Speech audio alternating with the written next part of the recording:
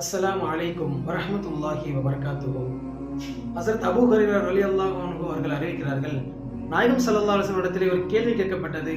யா ரசூலல்லாஹ், ஒரு பெண்மணி இருக்கிறாள், அல்லாஹ்வை இரவு முழுக்க நின்று தொழுகிறாள், பகல் முழுக்க நோன்பு நோக்கிறாள், அவளால் அதிகமான தான தர்மங்கள் செய்யப்படுகிறது, ஆனால் அவளுடைய நாவின் மூலமாக அண்டை வீட்டாருக்கு தொல்லை கொடுக்கிறாள். இந்த பெண்மணியை பற்றி நீங்கள் என்ன சொல்லுகிறீர்கள் என்பதாக கேட்கும் பொழுது நாயகம் ஸல்லல்லாஹு அலைஹி வஸல்லம் சொன்னாங்க, லா கைர ஃபீஹா, அவள் செய்த நற்செயல்கள் மூலமாக எந்த விதமான பிரயோஜனமும் கிடையாது, அவள் நரகவாசி என்பதாக சொல்லிவிடுகிறார்கள். மற்றொரு கேள்வி கேட்கப்படுகிறது, யா ரசூலல்லாஹ், ஒரு பெண்மணி இருக்கிறாள், 5 வேளை கடமையான தொழுகையை மட்டும் தொழுகிறாள், அவளால் முடிந்த அளவுக்கு தான தர்மங்கள் செய்கிறாங்க, ஆனால் அவருடைய நாவின் மூலமாக அண்டை வீட்டாருக்கு எந்த விதமான தொல்லையும் இல்லை, அண்டை வீட்டாரை சேர்ந்து வாழ்கிறாள். இத்தகைய பெண்மணி பற்றி நீங்கள் என்ன சொல்றீங்க ரசூலுல்லாஹ் கேட்கிறார்கள்.